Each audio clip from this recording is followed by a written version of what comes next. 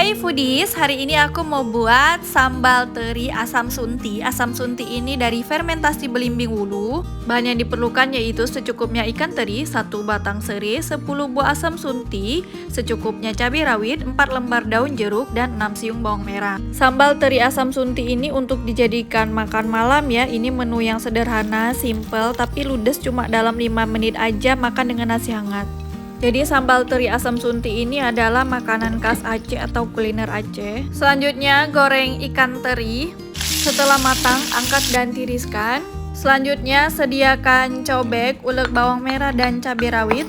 Masukkan setengah sendok teh garam.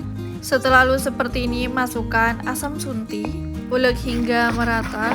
Masukkan daun jeruk dan batang serai. Masukkan ikan teri, ulek hingga merata. Seperti ini hasil sambal teri sunti. Ini cuma 5 menit aja udah ludes ya, boros banget nasi.